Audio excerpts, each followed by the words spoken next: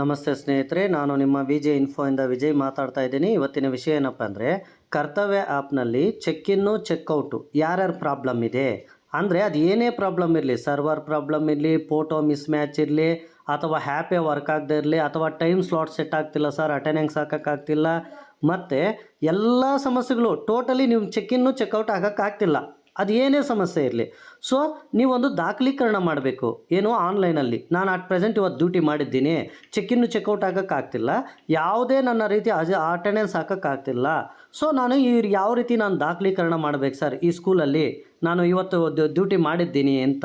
So ನೀವು ಅದಕ್ಕೆ ಏನು ಮಾಡಬೇಕು ಸ್ನೇಹಿತರೆ, ಮೊದಲಿಗೆ ನೀವೇನು ಮಾಡಬೇಕು, ಇಲ್ಲಿ OOD ಅನ್ನೋ ಆಪ್ಷನನ್ನು ತೆಗೆದುಕೊಳ್ಳಬೇಕು. ನೀವು OOD ಅನ್ನೋ ಆಪ್ಷನಲ್ಲಿ ತೆಗೆದುಕೊಂಡಾಗ ಸೆಲೆಕ್ಟ್ ಸೆಷನ್ ಅಂತ ಬರುತ್ತೆ. ಸೊ ಇಲ್ಲಿ ಸೆಲೆಕ್ಟ್ ಸೆಷನ್ ಮೇಲೆ ನೀವು ಇಲ್ಲಿ ಫುಲ್ ಡೇಯನ್ನು ಆಯ್ಕೆ ಮಾಡ್ಕೊಳ್ಳಿ. ಯಾವತ್ತಂದರೆ ಅವತ್ತು ಫುಲ್ ಡೇ ಡ್ಯೂಟಿ ಮಾಡಬೇಕು. ಸೊ ನೀವು ಫುಲ್ ಡೇಯನ್ನು ಆಯ್ಕೆ ಮಾಡ್ಕೊಳ್ಳಿ. ಸೆಲೆಕ್ಟ್ ಪರ್ಪಸಲ್ಲಿ ನೀವು ಅದರ್ಸ್ ಬೇರೆ ಟೈಮಲ್ಲಿ ನಾವು ವರ್ಕ್ ಮಾಡೋದು. ಈಗ ಸದ್ಯಕ್ಕೆ ನಾವು ಅಫಿಷಿಯಲ್ ವರ್ಕ್ ಅಂತ ಹಾಕ್ಕೊಳ್ಳೋಣ. ಯಾಕಂದರೆ ದಾಖಲೀಕರಣ, ನೀವು ಯಾವುದೇ ಅಟೆಂಡೆನ್ಸ್ ಹಾಕೋಕ್ಕಾಗ್ತಿಲ್ಲ, ಚೆಕ್ ಇನ್ನು ಚೆಕ್ಔಟ್ ಆಗೋಕ್ಕೆ ಆಗ್ತಿಲ್ಲ. ಸೊ ಒಂದು ದಾಖಲೀಕರಣ ಬೇಕಲ್ವ, ನಾವು ಶಾಲೆಗೆ ಬಂದಿದ್ದೀವಿ, ಡ್ಯೂಟಿ ಮಾಡಿದ್ದೀವಿ ಅನ್ನೋದು ಒಂದು ದಾಖಲೀಕರಣ ಬೇಕಲ್ವ. ಸೊ ಇಲ್ಲಿ ನಾವು ಅಫಿಷಿಯಲ್ ವರ್ಕನ್ನು ಆಯ್ಕೆ ಮಾಡ್ಕೊಳ್ಳೋಣ. ಅಫಿಷಿಯಲ್ ವರ್ಕ್ ಆಯ್ಕೆ ಮಾಡಿಕೊಂಡು ಇಲ್ಲಿ ಎಂಟರ್ ಪ್ಲೇಸನ್ನು ಕ್ಲಿಕ್ ಮಾಡೋಣ ಸ್ನೇಹಿತರೆ. ಎಂಟರ್ ಪ್ಲೇಸಲ್ಲಿ ನಿಮ್ಮ ಒಂದು ಸ್ಕೂಲ್ ಹೆಸರನ್ನು ಕ್ಲಿಕ್ ಮಾಡಿ, ನಿಮ್ಮ ಒಂದು ವರ್ಕ್ ಮಾಡ್ತಾ ಇರೋ ಏರಿಯಾ, ನಿಮ್ಮ ಒಂದು ಸ್ಕೂಲ್ ಹೆಸರನ್ನು ಕ್ಲಿಕ್ ಮಾಡಿ, ಇಲ್ಲಿ ಚೆಕ್ ಬಾಕ್ಸ್ ಅಂತಿದೆಯಲ್ಲ, ಚೆಕ್ ಬಾಕ್ಸ್ ಮೇಲೆ ಕ್ಲಿಕ್ ಮಾಡಿ ನೀವು ಸಬ್ಮಿಟನ್ನು ಕೊಡಬೇಕಾಗತ್ತೆ ಸ್ನೇಹಿತರೆ. ಈ ರೀತಿ ಸಬ್ಮಿಟ್ ಕೊಟ್ಟಾಗ ಏನಾಗತ್ತಪ್ಪ ಅಂದರೆ, ಅಟ್ಲೀಸ್ಟ್ ನೀವು ಚೆಕ್ ಇನ್ನು ಚೆಕ್ಔಟ್ ಆಗಿಲ್ಲ ಅಂದರೂ ಸಹ ನಿಮ್ಮ ಸ್ಕೂಲಲ್ಲಿ ನೀವು ವರ್ಕ್ ಮಾಡಿದ್ದೀರಿ ಅನ್ನೋ ಒಂದು ದಾಖಲೀಕರಣ ಇಲ್ಲಿ ನಿಮಗೆ ಕರ್ತವ್ಯ ಆ್ಯಪ್ನಲ್ಲಿ ಸಿಗುತ್ತದೆ ಸ್ನೇಹಿತರೆ. ಆದ್ದರಿಂದ ಈ ಫೋಟೋ ಮಿಸ್ ಮ್ಯಾಚ್ ಇರಲಿ, ಒಂದು ಸರ್ವರ್ ಪ್ರಾಬ್ಲಮ್ ಇರಲಿ, ಮತ್ತು ಟೈಮ್ ಸೆಟ್ ಆಗ್ತಿಲ್ಲ, ಚೆಕ್ ಇನ್ನು ಚೆಕ್ಔಟ್ ಆಗ್ತಿಲ್ಲ, ಮತ್ತು ಯಾವುದೇ ರೀತಿಯ ಸಮಸ್ಯೆ, ಎಲ್ಲ ರೀತಿಯ ಸಮಸ್ಯೆ, ಟೋಟಲಿ ನನಗೆ ಚೆಕ್ ಇನ್ನು ಚೆಕ್ಔಟ್ ಆಗ್ತಾನೇ ಇಲ್ಲ ಸರ್, ನಾನು ಏನು ಮಾಡಬೇಕು ಅಂದರೆ, ನೀವು ಈ ರೀತಿ ನಿಮ್ಮ ಒಂದು ಸ್ಕೂಲ್ ಪ್ಲೇಸ್ ಹಾಕಿ ಇಲ್ಲಿ ಚೆಕ್ ಬಾಕ್ಸ್ ಮೇಲೆ ಕ್ಲಿಕ್ ಮಾಡಿ ಸಬ್ಮಿಟನ್ನು ಕೊಡಬೇಕಾಗತ್ತೆ ಸ್ನೇಹಿತರೆ.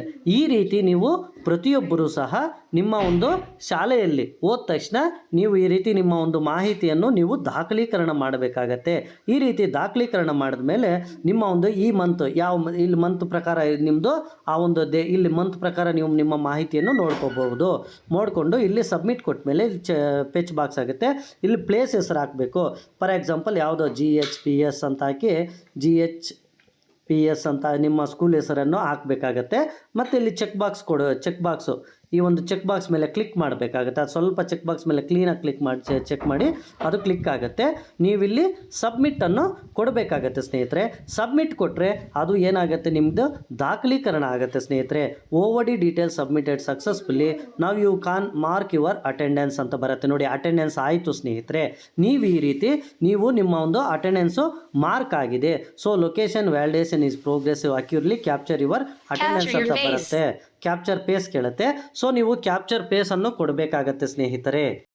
ಸೊ ಈ ರೀತಿ ನೀವು ನಿಮ್ಮ ಇಲ್ಲಿ ಕ್ಯಾಪ್ಚರನ್ನು ಕೊಟ್ಟಾಗ ಅದು ನಿಮ್ಮ ಶಾಲೆಯ ಲೊಕೇಶನಲ್ಲಿ ನಿಮ್ಮ ಒಂದು ಕ್ಯಾಪ್ಚರ್ ತೆಗೆದುಕೊಳ್ಳುತ್ತೆ, ದಾಖಲೀಕರಣ ಆಗತ್ತೆ ಸ್ನೇಹಿತರೆ.